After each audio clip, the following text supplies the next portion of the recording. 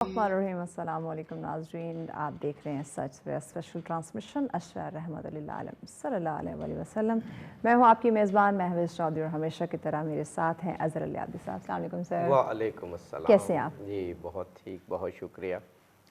بہت ہی خوبصورت یقیناً اشرار رحمت ہمارا جا رہا ہے، بہت جی ہی اور خوبصورت موضوعات کے ساتھ 7-8 دن بلکہ اس سے زیادہ ہو گئے اور کیا خوبصورت وقت گزرتا ہے اور ہم رحمتیں بانٹتے ہیں اپنے ناظرین کے ساتھ، اور سچ ٹیلی ویژن کا بھی شکریہ ادا کرتے ہیں۔ حق تو یہ ہے کہ یہ عشرہ پورا ہر جگہ منایا جائے، لیکن ہم فخر کر سکتے ہیں کہ سچ ٹی وی ایسے مواقع پر حق ادا کرنے کی کوشش کرتا ہے یا سعادت حاصل کرتا ہے، ادروائز تو حق ادا ہو ہی نہیں سکتا۔ اور رسول مقبول ختمی مرتبہ جو وجہ تخلیق کائنات ہے، ان کے لیے تو ساری کائنات سراپا منتظر بھی تھی، اور آپ کی تشریف آوری ہے اور سراپا مجسم مسرت میں بھی ہے، اور ہم بھی کوشش کرتے ہیں کہ اس مسرت میں شامل ہو جائیں، شاید ہماری نجات کا بھی باعث ہو جائے۔ بالکل ایسے تو فضائل پر، سیرت پر، آپ کی صفات پر گفتگو جاری ہے۔ آج بھی ایک بہت ہی خوبصورت موضوع ہے، موضوع آپ کے فضائل ہیں، پھر آپ کے اسما سے متعلق۔ رسول پاک ختم مرتبت محمد مصطفیٰ صلی اللہ علیہ وآلہ وسلم کو تو قرآن نے بہت خوبصورت اسما عطا کیے، ذکر کیے، اور خود کا اللہ تعالیٰ کی ذات نے، اس کا بھی ذکر ہوگا، کچھ آپ کے معجزات کی بات ہوگی، کچھ قرآن و اہل بیت جو آپ چھوڑ کر گئے ہمارے لیے، اس پر گفتگو ہوگی، اور اسی حوالے سے آپ کی وصیتوں پر۔ ہمارے ساتھ بہت ہی محبت والے، نسبت والے، علم والے لوگ ہیں۔ ہمارے ساتھ مولانا میر اشتیاق احمد صاحب ہیں، بہت ہی خلوص کے ساتھ، تاثیر کے ساتھ آپ سیرت رسول اور فضائل رسول صلی اللہ علیہ وآلہ وسلم بیان کرتے ہیں۔ ہمارے ساتھ ایک اور شخصیت ہیں جناب مولانا ڈاکٹر ساجد علی سبحانی صاحب، انتہائی فاضل شخصیت ہیں، اور بہت جب بھی پروگرام میں آتے ہیں بڑی عرق ریزی کے ساتھ محنت کر کے آتے ہیں اور خوبصورت مطالب پیش کرتے ہیں۔ اور سید نوید حسین شاہ کاظمی ہمارے خوبصورت نعت خوان ہیں، ابھی ان کی آپ سرولی آواز انشاءاللہ سنیں گے اور یہ سما باندھیں گے۔ آغاز جو ہے وہ حمد باری تعالیٰ سے ضرور کرتے ہیں۔ ضرور جی نوید صاحب بسم اللہ کیجیے، حمد باری تعالیٰ سے آغاز کیجیے ہمارے خوبصورت پروگرام کا۔ سبحان اللہ، سبحان اللہ، سما باندھ دیا جناب سید نوید شاہ صاحب نے، اور ابھی تو نظم کی صورت میں، نعت کی صورت میں، حمد کی صورت میں ذکر سنا، اب نثر میں سنتے ہیں۔ اور ہمارے ساتھ ایسے علماء ہیں کہ جو نثر میں شاعری کرتے ہیں، جیسے میر اشتیاق احمد صاحب، خوبصورت الفاظ کی ادائیگی۔ میر صاحب عشرۂ رحمتیں سچ ٹی وی شیئر کر رہا ہے اس وقت۔ ہم نے بہت دفعہ اپنے پروگرام میں عرض کیا کہ اس وقت دنیا کی ہر کائنات سرشاری کی کیفیت میں ہے، کہ جو جن کے لیے وہ بنی، یہ اشیاء، یہ موجودات، یہ کائنات اور اس کے تمام اجزاء جن کے لیے بنے، ان کی آمد اس دنیا میں ہے، تو یقیناً ہر ایک فرح و انبساط میں ہے، ہم وہ نہیں دیکھ پاتے، لیکن ہمارا فرح و انبساط، ہماری سرشاری، ہماری خوشی، ہماری مسرت اور ہمارا جو ذوق ہے وہ پتہ چلے گا گفتگو سے کہ دل کی باتیں کیسے زبان پر آتی ہیں اور فضائل مصطفیٰ صلی اللہ علیہ وآلہ وسلم کیسے بیان ہوتے ہیں۔ بسم اللہ الرحمن الرحیم، والصلاة والسلام علی اشرف الانبیاء و خاتم الانبیاء والمرسلین، اما بعد۔ محترم عابدی صاحب، شکریہ آپ کا بھی اور سچ ٹی وی کا بھی۔ یہ ایک تسلسل ہے اس ادارے کا کہ وہ مسلمانوں کے لیے، امت کے لیے جو بہت خاص ایام اور مواقع ہیں، ان پر ایک تازگی، تجدید اور ایک رغبت کا سامان کرنے کے لیے اس طرح کے پروگرام لے کے آتا ہے۔ اللہ پاک آپ سب کو جزا دے۔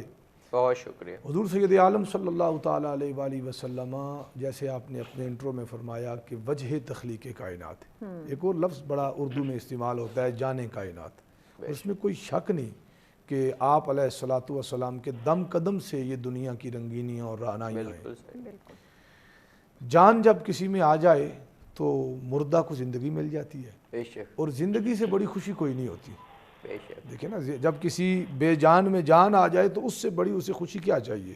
وہ شفا بھی ہے، وہ اس کے لیے دوا بھی ہے، وہ سارا کچھ ہے۔ تو سید عالم صلی اللہ تعالیٰ علیہ وآلہ وسلم دنیا میں تشریف لائے تو بنانے والے نے، خالق کائنات نے خود اس انداز سے کچھ اہتمام فرمائے جو ہم دیکھ سکے، اس کے علاوہ پوشیدہ کیا ہیں وہی جانے، کہ اس نے پورے کے پورے معاشرے کو خوشیوں سے بھر دیا حضور کو دنیا میں بھیجا۔ آپ کی آمد سے پہلے 1.25 لاکھ انبیاء نے آپ کے آنے کی بات کی، تذکرے کیے۔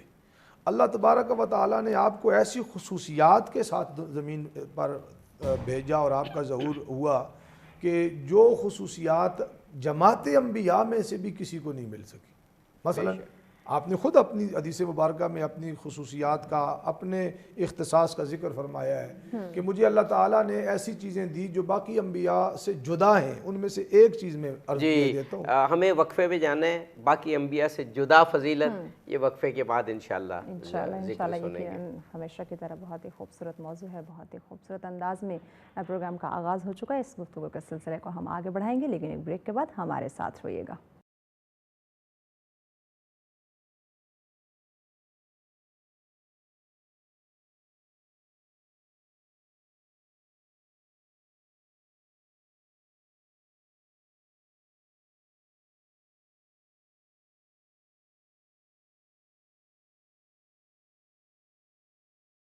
ویلکم بیک ناظرین، آپ دیکھ رہے ہیں سچ و اسپیشل ٹرانسمیشن اشرار رحمۃ اللہ علیہ صلی اللہ علیہ وآلہ وسلم۔ یقیناً ہمیشہ کی طرح بہت ہی خوبصورت اہم موضوعات لے کر آپ کی خدمت میں حاضر ہوئے ہیں۔ مہمان ہمارے ساتھ موجود ہیں، گفتگو کا سلسلہ جاری ہے۔ عبدی صاحب آگے بڑھاتے ہیں۔ جی، اور یہ گفتگو جو خوشگوار لمحات پر مشتمل ہے، اس کی قدر، اس کی اہمیت شاید ہمیں روز جزا زیادہ واضح ہو کہ کیا خوبصورت وقت ہم نے گزارا تھا، اور اس ختمی مرتبت کی سیرت کو سمجھ کے اس پر عمل کریں تو ہمیں اس دنیا میں بھی اس کے ثمرات ملیں گے۔ جناب مولانا میر اشتیاق صاحب اپنی بات فرما رہے تھے کہ شان مصطفیٰ جداگانہ ہے، وہ بات مکمل کر لیں، پھر ہم جناب مولانا ڈاکٹر ساجد علی سبحانی صاحب سے بھی پوچھیں گے۔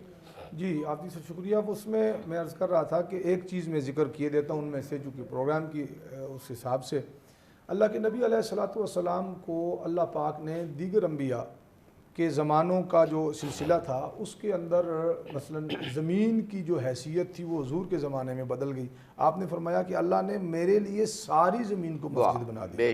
اب اس کی ایک تعبیر علماء بڑے خوبصورت انداز سے کرتے ہیں کہ ساری زمین کو مسجد تو اللہ نے بنا دیا، جب حضور زمین پر تشریف لائے تو تب، یعنی آپ نے قدم رنجا فرمایا، اس زمین پر ساری کی ساری دھرتی کو پاک کر دیا گیا۔ اب آپ کہیں بھی جنگلوں، کھیتوں، کھلیانوں میں پہلے مخصوص جگہ پہ عبادت ہوتی، عبادت کی وہ تخصیص ختم کر دی، کہا اب ساری کی ساری زمین تمہارے لیے مسجد بنا دی۔ دشمن پر آپ کا رعب ہے، دیگر آپ کی خصوصیات ہیں۔ ایک چیز اور جو قرآن مجید نے بیان کی ہے، ما کان اللہ لیعذبہم وانت فیہم، حضور کی آمد سے پوری انسانیت اور زمین اور اہل زمین کو جو دوسرا ایک بڑا انعام ملا، انعام پہ بندہ خوشی تو ہوتا ہے اور کیا کرتا ہے، دوسرا بڑا انعام یہ ملا کہ فرمایا اب یہ حبیب مکرم ظہور ان کا ظہور ہو چکا ہے تمہارے درمیان، ان کے ہوتے ہوئے اب میں تم پہ عذاب نازل نہیں کروں۔ حضور تیسری آپ کی خصوصیت کہ آپ رحمت للعالمین بن کر آئے، کہ مسلمانوں کے لیے، اہل ایمان کے لیے، اپنے فالورز کے لیے نہیں، کل عالمین کے لیے رحمت بن کر آئے، بلکہ صرف رحمت نہیں، سراپا رحمت بن کے۔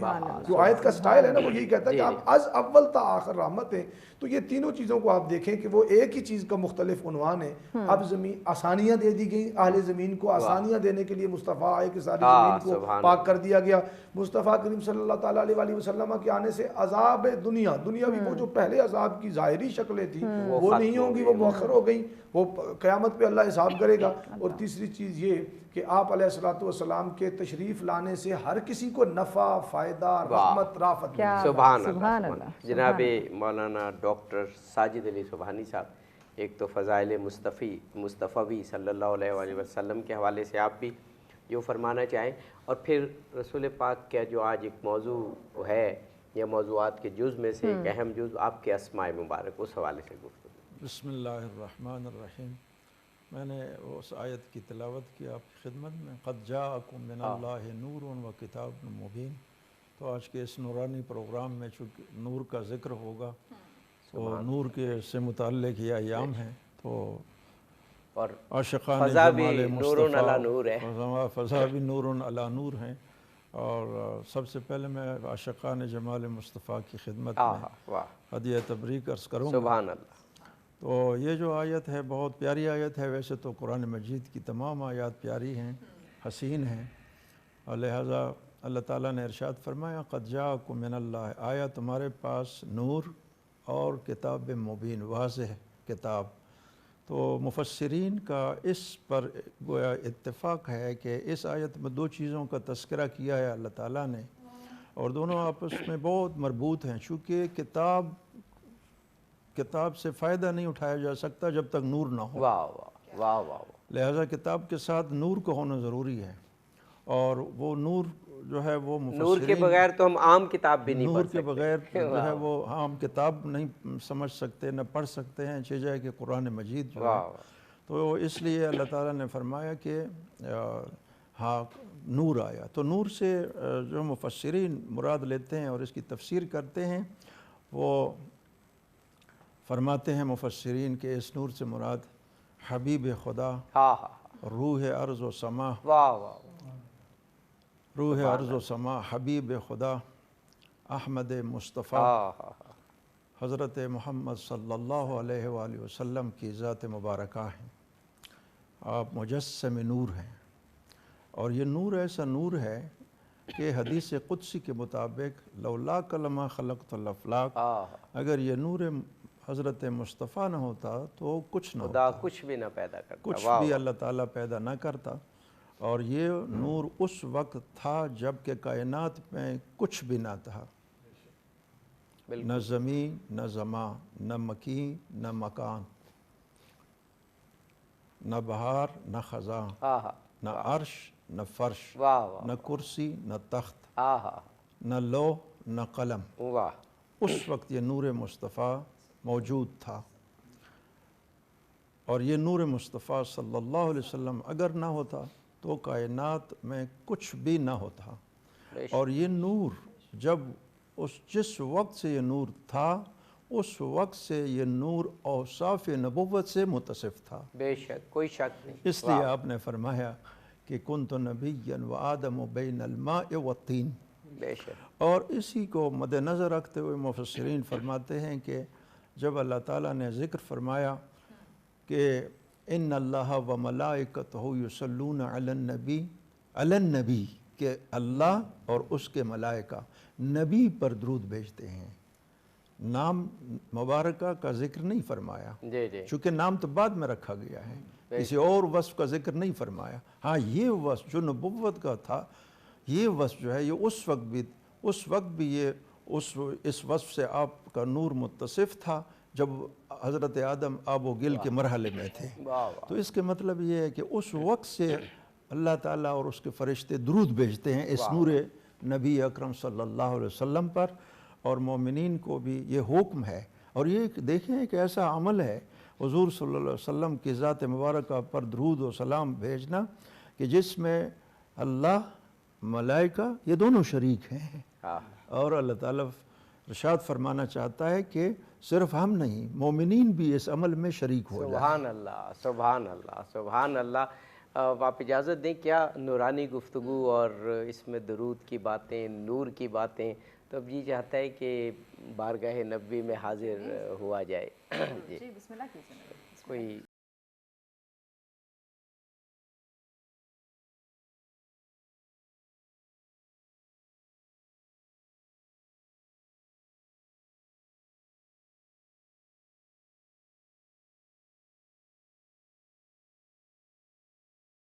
بیک ناظرین، آپ دیکھ رہے ہیں سچ پر اسپیشل ٹرانسمیشن. اشرار رحمۃ اللہ علیہ صلی اللہ علیہ وآلہ وسلم. یقیناً بہت ہی خوبصورت ہمیشہ کی طرح ہمارا آج کا بھی موضوع ہے.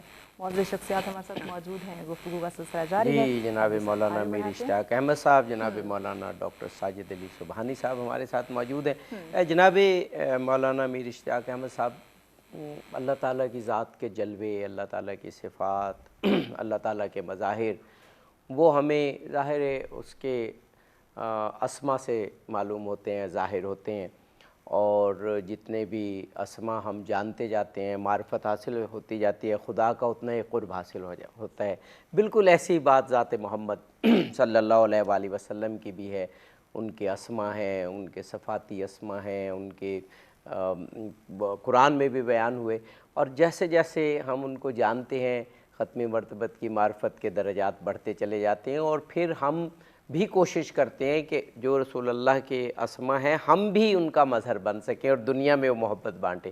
کچھ اسما آپ بتائیے ہمیں، پھر کچھ ڈاکٹر صاحب سے بھی سنیں گے، تاکہ معرفت رسول بھی بڑھے اور پھر اس سے بڑھ کر ہم خود بھی ان اسما کے رنگ میں رنگتے ہوئے پوری کائنات اور خاص طور پہ انسانیت میں ہم بھی رحمتیں بانٹیں اور ہم بھی آسانیاں فراہم کریں۔ جی آفتی صاحب، ابھی نعت شریف ہو رہی تھی وقفے سے پہلے، تو تعریف نبی علیہ السلام کی تعریف کے لیے لفظ خاص کر دیا گیا ہے اب کہ اس کو نعت کہتے ہیں، ورنہ نعت یا حمد کا مطلب تو تعریف ہے ہی۔ جی۔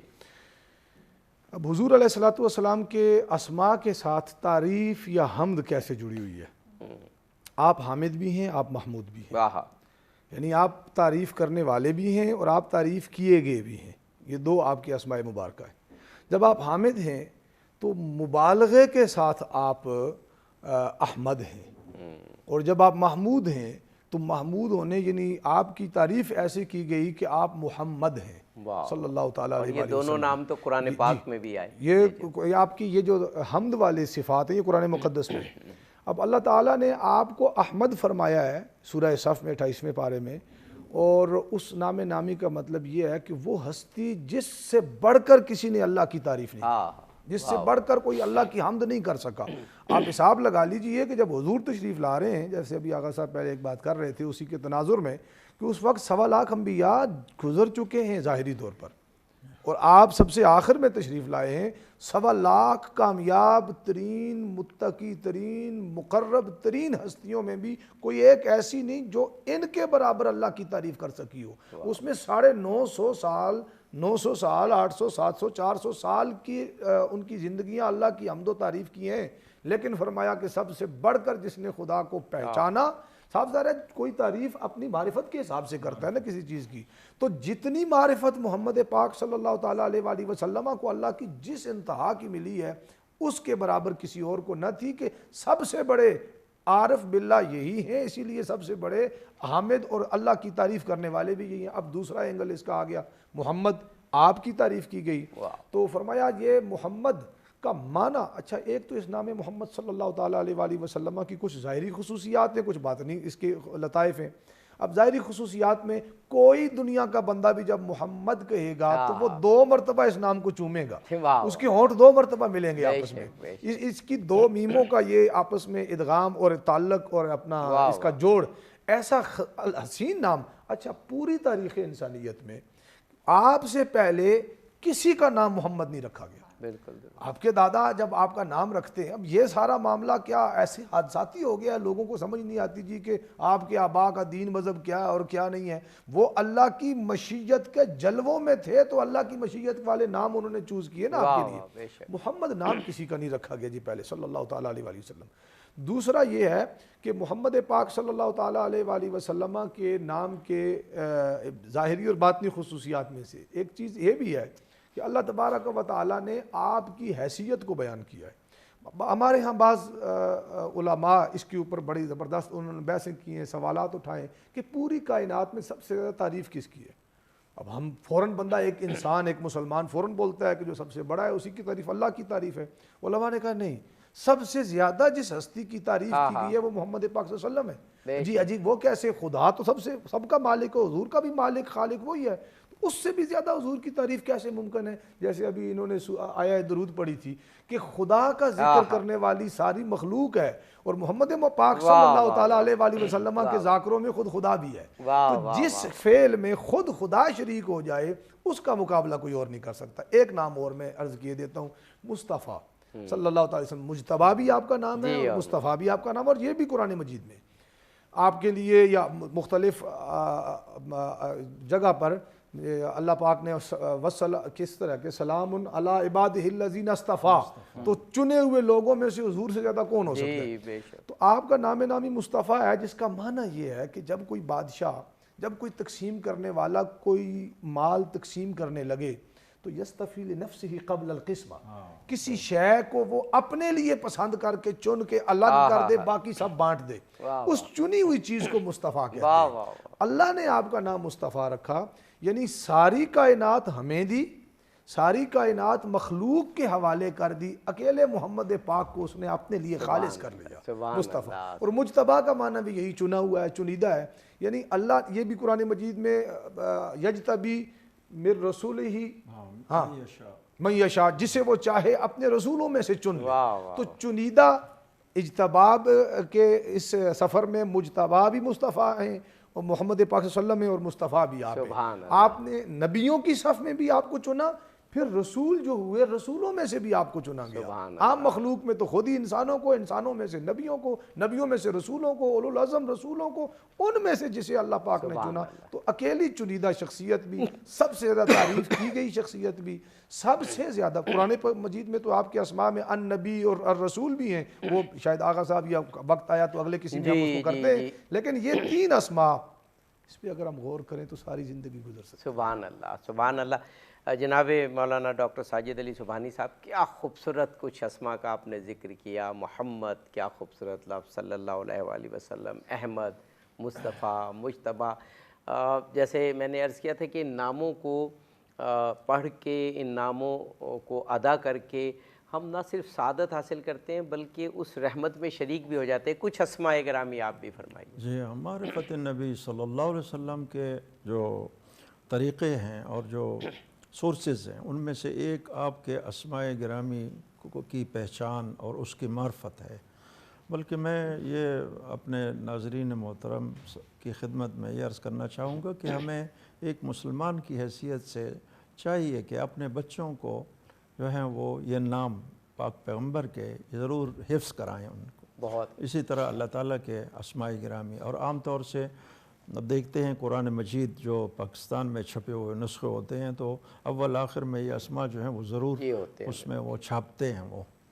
تو اسماء گرامی جیسا کہ قبلہ میر صاحب نے نہایت اچھے انداز میں ارشاد فرمایا، احمد، محمد، احمد جو ہے اس میں تفضیل کا صیغہ ہے، سب سے زیادہ حمد کرنے والا، اور محمد باب تفعیل کا اس میں مفعول ہے۔ محمد کا معنی یہ ہے جس کی بہت زیادہ حمد کی جائے، اس لیے کہ آپ کی حمد میں جو آسمانی کتب ہیں وہ بھی اس میں شریک ہیں۔ کوئی آسمانی کتاب ایسی نہیں جس میں حضرت پاک پیغمبر کا جو ہے وہ تذکرہ نہ ہو اور آپ کا اس میں گرامی اس میں نہ ہو۔ تمام انبیاء اعظام نے اپنے آنے والے آخری نبی کی بشارتیں دی ہیں، بے شک۔ تو انبیاء کی زبانوں پر بھی جو ہے وہ آپ کا تذکرہ رہا، ملائکہ کے ہاں بھی آپ کا تذکرہ رہا، انس اور جن کے ہاں بھی آپ کا تذکرہ رہا، ٹھیک ہے۔ اس دنیا میں بھی آپ کا تذکرہ ہے اور آخرت میں بھی آپ کا تذکرہ ہوگا، اس لیے کہ آپ کی اسماء گرامی میں سے ایک جو ہے وہ ہے بہت اچھا، ایک یہاں سے میں نے سنن ترمذی سے ایک حدیث کو کوٹ کر رہا ہوں اسماء پاک پیغمبر کے حوالے سے، ابن عباس سے روایت ہے، قال رسول اللہ صلی اللہ علیہ وسلم، خود حضور نے فرمایا، ابن عباس سے روایت ہے، سنن ترمذی کتاب المناقب، آپ نے فرمایا، لا خبردار وانا حبیب اللہ، میں حبیب خدا ہوں، ولا فخرہ، ولا فخرہ، ہاں واقعیت ہے، حبیب خدا ہوں۔ ہاں، حب جو ہے وہ اس کی 2 قسمیں ہیں، کبھی ایک طرفہ حب ہے اور کبھی یہ ہے کہ طرفین میں حب ہے۔ یہاں پر جو حب ہے وہ طرفینی حب ہے، یعنی ذات کبریا کو محبوب سے حب ہے اور محبوب کو ذات کبریا سے حب ہے، سبحان اللہ، سبحان اللہ، سبحان اللہ، طرفین سے حب ہے۔ ولا فخرہ وانا حامل لواء الحمد، عجب منظر ہوگا محترم عابد صاحب جب قیامت کا۔ ڈاکٹر صاحب ہمیں ایک بریک لینا ہے، بریک کے بعد یہ حدیث آپ شروع سے پڑھیے گا اور متصل کریں گے گفتگو کو انشاءاللہ ضرور، خوبصورت گفتگو کا سلسلہ جاری ہے، تو یقیناً اس سلسلے کو اسی طرح سے ہم جاری رکھیں گے، لیکن اس بریک کے بعد ساتھ رہیں۔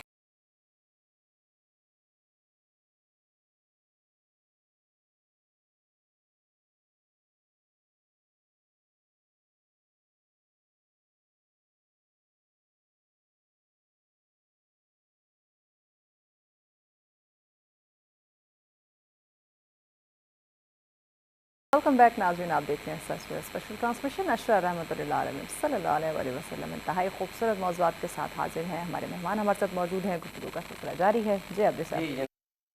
اشتیاق احمد صاحب، جناب مولانا ڈاکٹر ساجد علی سبحانی صاحب اور ہمارے بڑے پیارے نعت خواں سید نوید حسین شاہ صاحب۔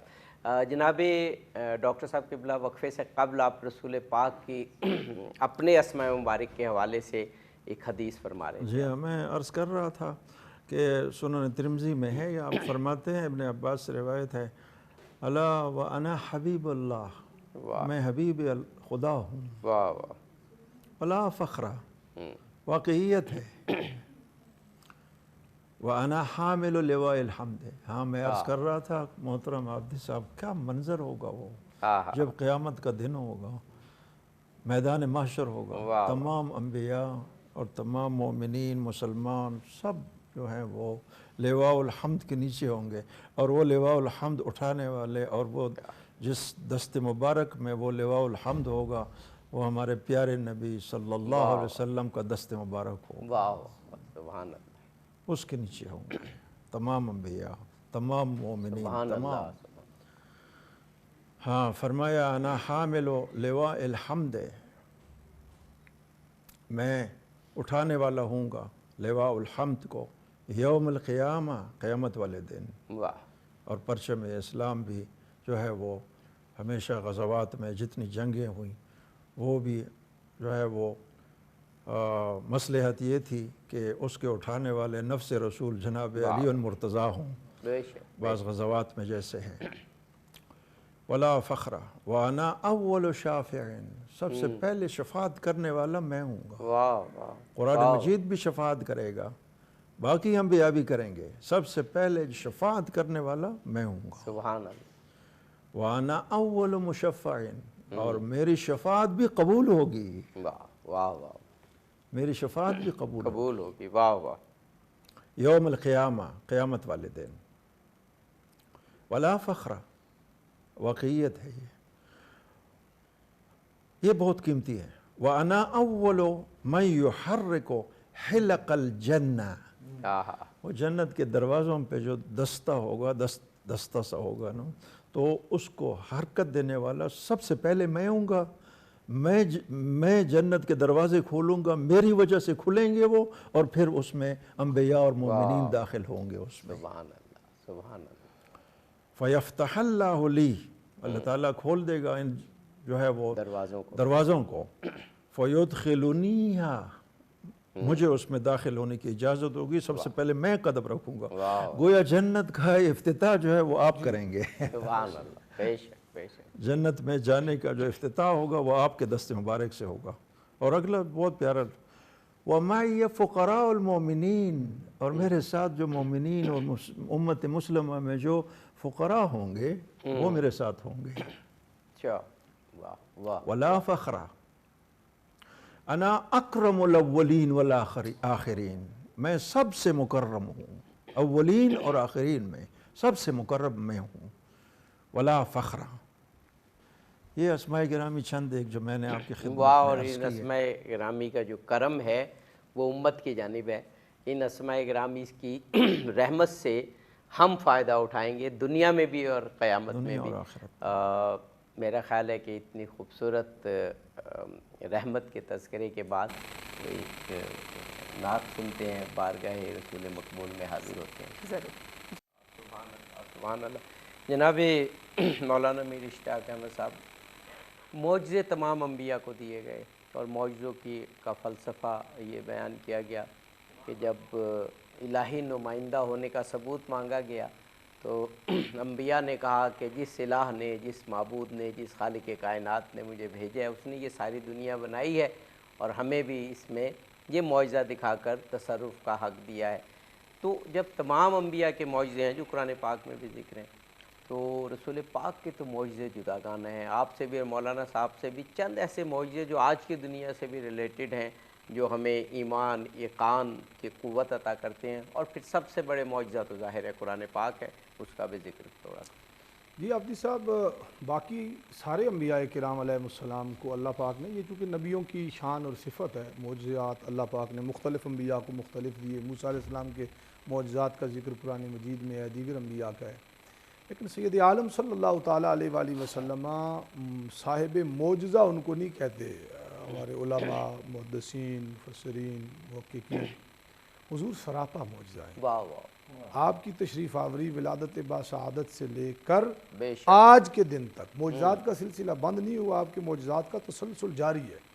اللہ پاک نے جیسے آپ کو ہمہ جہت اور وسیع دائرہ نبوت اور رسالت کے ساتھ بھیجا، اور اسی طریقے سے آپ کو جیسے پہلے ذکر ہوا کہ رحمت للعالمین بنایا۔ آپ کے جو پچھلے ہمارے سیگمنٹ میں جو آپ کی اسماء کا ذکر چل رہا تھا، یہ آپ کا معجزہ بھی ہے اور یہ آپ کی صفت بھی ہے اور آپ کا نام نامی بھی ہے، رحمت للعالمین۔ تمام جہان، وہ تمام جہان اور عالمین جو اللہ جن کو پالتا ہے، جن کا رب اللہ ہے، واہ، الحمدللہ رب العالمین، جن جہانوں کا وہ رب ہے اور پالنہار ہے، ان تمام جہانوں کے لیے رحمت، نفع اور فائدہ کا باعث اور سراپا وہ محمد رسول اللہ صلی اللہ تعالیٰ علیہ وآلہ وسلم آئے۔ اب آپ علیہ الصلوۃ ہم والسلام، ایک بریک لینا ہے، بریک کے بعد یہ خوبصورت تذکرہ جاری رکھیے۔ انشاءاللہ ناظرین ہمارے ساتھ ہوئے تو بریک کے بعد یہ خوبصورت گفتگو کے سلسلے کو ہم آگے بڑھائیں گے۔ اب دیکھتے رہیں سر سویرا اسپیشل ٹرانسمیشن۔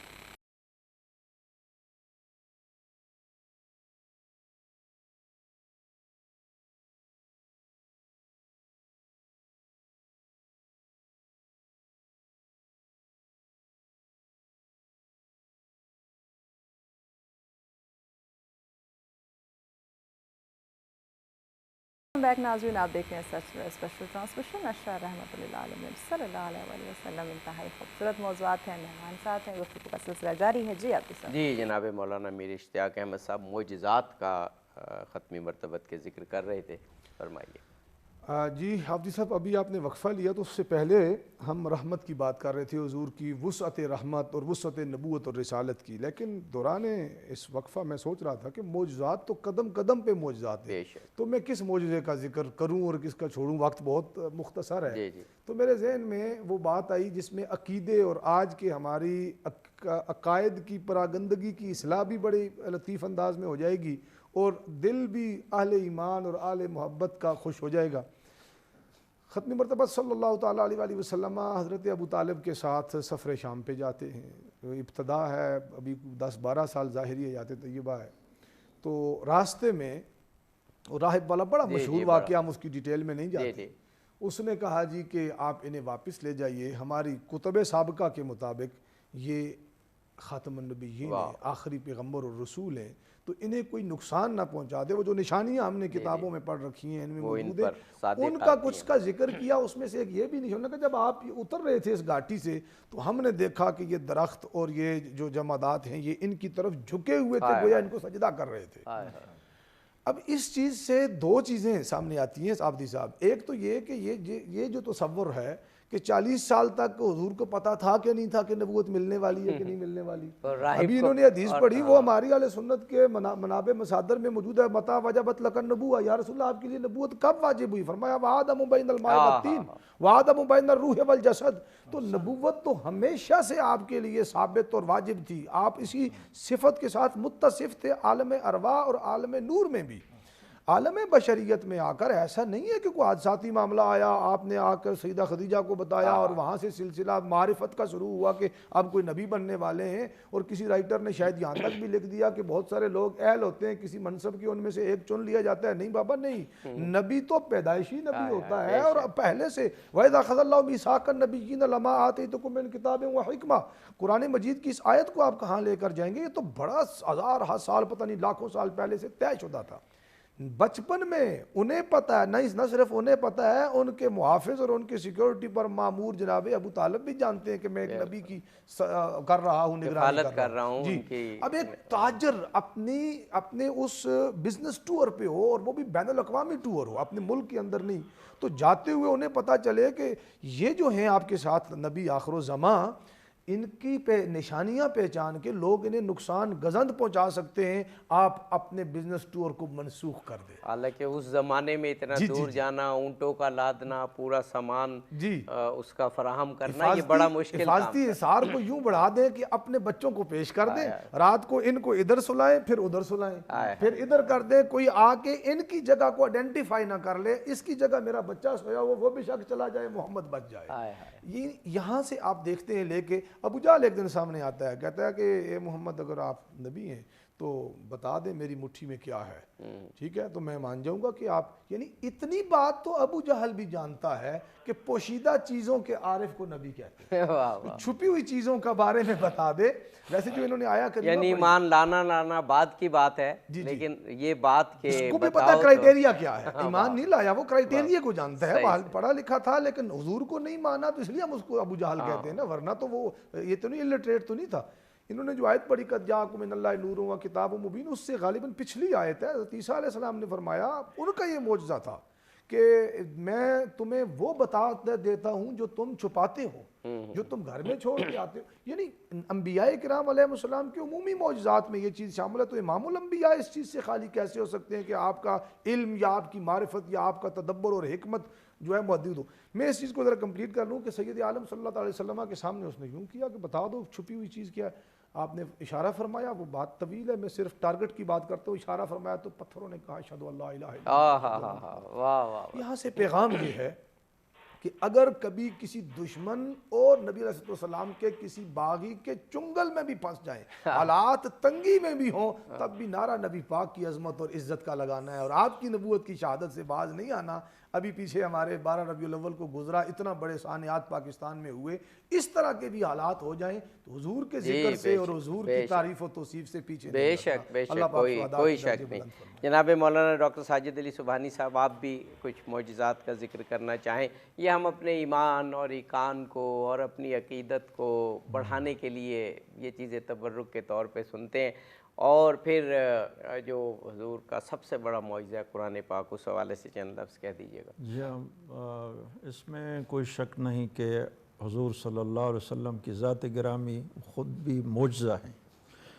آپ سے جو چیز بھی تعلق رکھتی ہے وہ بھی معجزہ ہے، قرآن مجید معجزہ ہے، اور امت مسلمہ میں کہتا ہوں اس کی بقا بھی معجزہ ہے۔ واہ واہ واہ واہ واہ واہ، فیض جاری ہے۔ کتنی جو ہے وہ کوششیں ہو رہی ہیں اس وقت دشمنان اسلام امت کو مٹانے اور امت کو نیست و نابود کرنے اور ان میں اختلافات ڈالنے کی کتنی کوششیں کر رہے ہیں، لیکن امت مسلمہ اپنی جگہ پر قائم ہے۔ کلمہ توحید جو ہے، کلمہ رسالت، وہ اپنی جگہ پر قائم ہے۔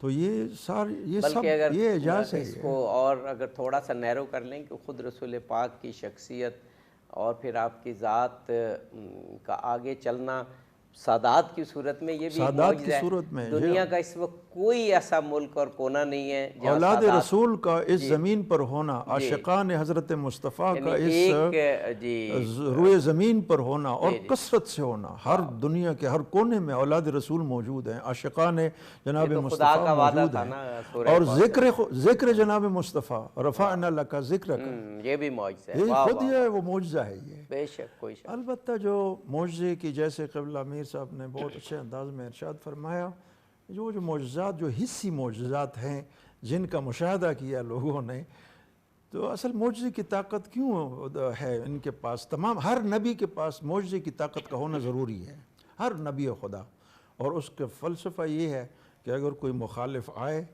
اور وہ چیلنج کرنا چاہے کہ اگر آپ نبی خدا ہیں، خدا کی طرف سے ہیں، تو یہ کام جو دوسرے نہیں کر سکتے آپ کر کے دکھائیں۔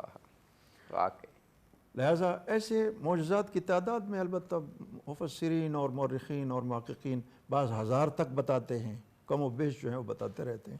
میں ایک دو کا ذکر کرتا ہوں تبرکاً، اور تاکہ یہ ہو جائے ذکر جو ہے۔ ایک معجزہ امام بخاری نقل کرتے ہیں حضرت انس بن مالک سے، فرماتے ہیں ایک دن نماز عصر کے وقت صحابہ کرام رضوان اللہ علیہم پاک پیغمبر کی معیت میں نماز پڑھنا چاہتے تھے، پانی نہیں تھا کہ وضو کریں، پانی نہیں تھا کہ وضو کریں، لہذا فرمایا کہ حضور صلی اللہ علیہ وسلم نے اس وقت اپنے مبارک ہاتھوں کو ایک برتن پہ رکھا اور آپ کے مبارک انگلیوں سے پانی بہنا شروع ہو گیا۔ واہ واہ واہ، سبحان اللہ۔ دیکھنے والوں نے دیکھ لیا۔ ہمارے پاس اس وقفے سے قبل صرف 1-2 منٹ ہے، تو میں چاہوں گا جی ہاں، کیا خوبصورت معجزہ بیان کیا، اور سب نے پھر وضو کیا اور نماز پڑھی۔ اسی طرح حضرت امام صادق علیہ السلام، چونکہ ان ایام میں امام صادق علیہ السلام کی ولادت مبارک بھی ہے، تو ان سے یہ حدیث منقول ہے کہ ایک مرتبہ مدینہ میں خشک سالی تھی، بارش نہیں آ رہی تھی، لوگ بہت پریشان تھے، لہٰذا آئے پاک پیغمبر کی خدمت میں کہ دعا فرمائیں بارش آئے۔ آپ نے دعا فرمائی، ابھی دعا کا اختتام نہیں ہوا تھا کہ اتنے میں دیکھنے والوں نے دیکھا کہ مدینہ کے آسمان کو بادلوں نے گھیر لیا اور بارش آئی، موسلادھار بارش ہوئی۔ اور یہ جو بارش والا ہے معجزہ، یہ نبوت سے پہلے حضرت ابو طالب علیہ السلام کے دور میں بھی یہی معجزہ ہوا تھا، مکے میں ہوا تھا۔ وہاں پر خشک سالی تھی تو بارش نہیں ہو رہی تھی، لوگ بڑے پریشان تھے، تو حضرت ابو طالب کا مقام تھا، چونکہ ان کی حیثیت تھی، بزرگ تھے، آئے حضرت ابو طالب کی خدمت میں کہ دعا کریں تاکہ بارش آئے۔ آپ نے اپنے بھتیجے حضرت پاک پیغمبر، جن کی عمر ابھی بہت چند سال تھی، تو ان کو لیا، دوسرے بچے بھی آپ کے ساتھ تھے، لیکن دیکھنے والے کہتے ہیں تاریخ میں ہے کہ یوں لگ رہے تھے جی وہ بچہ ایسے لگ رہا تھا جیسے سورج ابرآلود سورج کی طرح چمک رہا تھا۔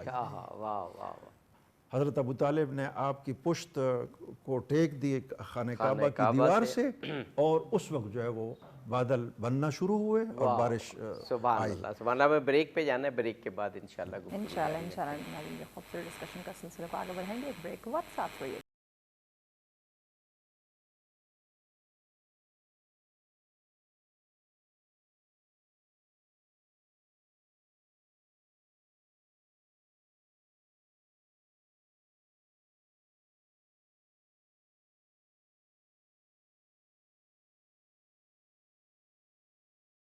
بیک ناظرین، آپ دیکھ رہے ہیں سچ پہ اسپیشل، ہماری خصوصی ٹرانسمیشن اشرار رحمۃ اللہ علیہ صلی اللہ علیہ وسلم۔ بہت ہی خوبصورت موضوع اور اتنی خوبصورت گفتگو ہو رہی ہے۔ ابھی سب آخری سیگمنٹ ہے ہمارا۔ وہ جب ہم نے پروگرام شروع کیا تھا تو آج کا موضوع کیونکہ بے شک 10 دن ہے، لیکن رسول پاک کے وصف اور آپ کے صفات، آپ کے اسما، آپ کی مدحت، یہ اتنی وسیع ہے کہ ممکن ہی نہیں ہے پیش ہو سکے۔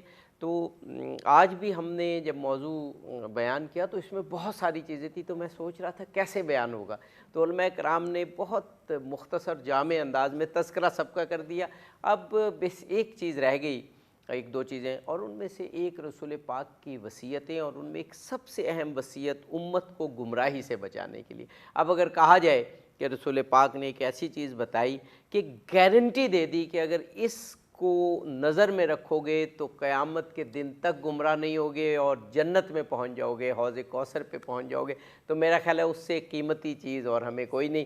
اب ہم دونوں علماء سے کچھ سنیں گے، جناب مولانا میر اشتیاق احمد صاحب۔ جی عبدی صاحب، وقت کے حساب سے یہ ہے کہ نبی علیہ الصلوۃ والسلام نے اپنے آخری خطبہ حجۃ الوداع جو ہے، اپنے اس میں ظاہری حیات طیبہ کی بالکل آخری پورشن میں جا کر گویا وہ وصیت یا ایک میسج یا ایک ضابطہ دے دیا۔ آپ نے ارشاد فرمایا کہ لوگوں میں تم میں 2 بھاری چیزیں چھوڑے جا رہا ہوں، ٹھیک ہے، جو آپ کے عنوان کا حصہ بھی ہے یہ قرآن اور اہل بیت۔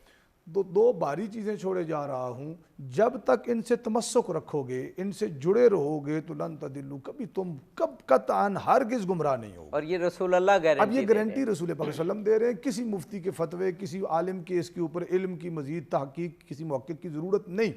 رسول خدا صلی اللہ تعالیٰ علیہ وسلم کی یہ حدیث مختلف طرق سے، اس کی کئی اسناد اور ایک پورا اجتماع گویا اس کو نقل کرنے والا ہے، چونکہ یہ بات تنہائی میں نہیں فرمائی، آپ نے مجمع میں ارشاد فرمائی ہے۔ اور مزے کی بات یہ ہے کہ آپ نے بالکل ان ساری چیزوں کو نقشہ کھینچ کے اختصار کر کے بتا دیا کہ یہ 2 چیزیں، ان دونوں کا باہمی تعلق بھی اسی حدیث مبارکہ میں بتایا گیا ہے، اور ان دونوں سے تمسک اور ان سے استفادہ کرنے کے جو ہمارا طریقہ یا جو ہمیں فائدہ الٹیمیٹلی رزلٹ ہے وہ بھی بتا دیا ہے اسی حدیث سے۔ یہ مختلف راویوں سے یہ روایت ہوئی، لیکن اس میں جو معروف الفاظ ان میں کامن ملتے ہیں روایات کے اندر وہ یہ ہیں کہ میں تم میں 2 بھاری چیزیں چھوڑے جا رہا ہوں، ایک کتاب اللہ، اللہ کی کتاب قرآن مجید، اور دوسری میری عطرت اور اہل بیت۔ یہ 2 بھاری چیزیں ہیں تمہارے درمیان۔ اب ایک مجرد کتاب ہے اور ایک جو ہے متحرک عمل ہے، عملی نمونہ ہے، ایک سیرت ہے، ایک کردار ہے، ایک شخصیات کی صورت میں ہے، اور دوسرا ایک مجرد کتاب اور فلسفہ کی صورت میں ہے۔ قرآن مجید سے، اللہ کے کلام سے جو میں نے تم تک پہنچایا ہے، رہنمائی حاصل کرو۔ چیزیں دونوں ہمیں رسول پاک نے دی ہیں، اللہ سے ہماری کوئی ملاقات نہیں، جبریل سے ہماری کوئی ملاقات نہیں، نازل ہوتا ہوا ہم نے نہیں دیکھا، کعبے کے اندر سے اٹھا کے نہیں لائے، اوپر سے ہمارے پاس نہیں آیا، اللہ نے اپنے حبیب کو کتاب دی، حبیب نے ہمیں عطا فرمائی، اللہ نے ان کو عطا فرمائی، فرمایا ایک تمہیں میں نے کتاب دی ہے اور دوسرا میں نے آل بیت دی ہے، لا یتفرقا، یہ دونوں ایک دوسرے سے کبھی متفرق نہیں ہوں گے، الگ نہیں ہوں گے، حتی یارد علی الحوض، یعنی جو کتاب کہے گی وہ اہل بیت کریں گے، جو اہل بیت کر رہے ہوں گے کتاب میں موجود ہوگا۔ ان کا آپس میں کوئی کنفلکٹ نہیں ہے، ان کا آپس میں کوئی تضاد، ان کا آپس میں کوئی جھگڑا نہیں ہے، تضادات تمہارے ذہنوں میں ہو سکتے ہیں، تمہارے اعمال فکر میں ہو سکتے ہیں، ان میں کوئی تضاد نہیں ہے۔ قرآن تمہیں جو ہدایت دے گا اس کی انٹرپریٹیشن، اس کی عملی صورت، اس کی تفسیر، اس کی تشریح کے لیے میں رجال کار تمہارے درمیان چھوڑا جا رہا ہوں اپنی آل کی صورت میں، اور یہ سلسلہ چلتا رہے گا، کبھی جدا نہیں ہوں گے کا معنی جو فوت ہو گئے وہ جدا ہو گئے، یہ کہے معنی ان کا عمل، ان کے حقوق، ان سے رہنمائی لینا، ان سے روشنی، سٹیٹس بدلے گا نہیں۔ قرآن کتاب ہدایت ہے تو یہ گھرانہ ایک ہدایت کا سرچشمہ ہے، ان دونوں کا سٹیٹس کبھی جدا نہیں ہوں گے کا ایک معنی یہ کہ یہ ایک دوسرے کے ضد نہیں بنیں گے، ایک دوسرے کو چھوڑیں گے نہیں، تعلیمات اور اہداف نہیں بدلیں گے، اور ان کے اندر سے رہنمائی لینے کا سامان کسی جگہ پہ بھی کم نہیں۔ سبحان اللہ، سبحان اللہ۔ جناب مولانا ڈاکٹر ساجد علی سبحانی صاحب، یہ دونوں چیزیں، دونوں بھاری چیزیں، دونوں صاحب مقام چیزیں، ان سے ہم نے تمسک کرنا ہے، رسول اللہ کی وصیت۔ جی ہاں، یہ وہ حدیث ہے جسے حدیث ثقلین کے نام سے معروف ہے، اور متفق حدیث ہے، اہل تشیع، اہل تسنن، ہے، تقریباً سب علماء جو ہیں وہ اس کو قبول کرتے ہیں۔ اور اچھا، حدیث کن کی ہے؟ پاک پیغمبر کی۔ پاک پیغمبر کی شان کیا ہے؟ فرمایا وَمَا يَنْتِقُ عَنِ الْهَوَىٰ إِنْ هُوَ إِلَّا وَحْيٌ يُوحَىٰ، کبھی یہ نطق نہیں کرتا میرا یہ نبی جب تک وہی نہ ہو، وہی نہ ہو۔ تو اس کے مطلب یہ ہے کہ یہ بھی آپ نے جو حدیث ارشاد فرمائی ہے جس میں اہل بیت کا ذکر بھی ہے، قرآن مجید کا بھی ہے، یہ کوئی کسی اور بنیاد سے نہیں ہے، بلکہ جو ہے وہ اسی سے ہے کہ رضا الہی اور حکم الہی سے جو ہے وہ آپ نے ارشاد فرمایا۔ چونکہ آپ کے بعد ظاہر سی بات ہے امت نے باقی رہنا تھا، قیامت تک کے لیے باقی رہنا تھا، لہذا صحابہ کرام تھے اور اہل بیت اور قرآن مجید، اور پھر فرمایا میں دو چیزیں تمہیں تمہارے درمیان چھوڑ کے جا رہا ہوں، ایک قرآن اور ایک اہل بیت، ان دونوں سے تمسک رکھو گے تو دنیا میں بھی کامیابی ہے، سرخروئی ہے، اور آخرت میں بھی کامیابی اور سرخروئی ہے۔ لیکن کب؟ ما ان تمسکتم بہما، اگر ہم دونوں سے تمسک رکھو گے۔ قرآن سے تمسک کا مطلب کیا ہے؟ قرآن سے تمسک کے ایک معنی یہ ہے کہ قرآن مجید کی تلاوت کریں، ایک منزل یہ ہے کہ قرآن مجید کو سمجھیں، اور جو اس سے اہم ہے وہ یہ ہے کہ قرآن مجید کی تعلیمات کو اپنی زندگی میں اپلائی کریں۔ اور اپلائی کرنے کے لیے اگر نمونہ دیکھنا ہے، اپلائی کرنے کے لیے اب نمونہ چاہیے، اب ہمیں ایک اور قرآن چاہیے جو قرآن ناطق ہو، لہذا اس کے لیے فرمایا ہوا اہل بیت ہی، اہل بیت۔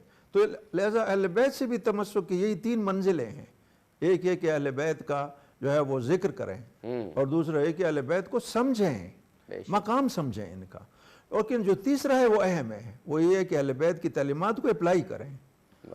آج اس وقت جو ہماری پریشانیاں ہیں امت مسلمہ کی، اس کی بنیاد یہی ہے کہ ہماری زندگی اور قرآن اور اہل بیت کی تعلیمات میں بہت فاصلے ہو چکے ہیں۔ ہاں، عمل سے خالی ہے۔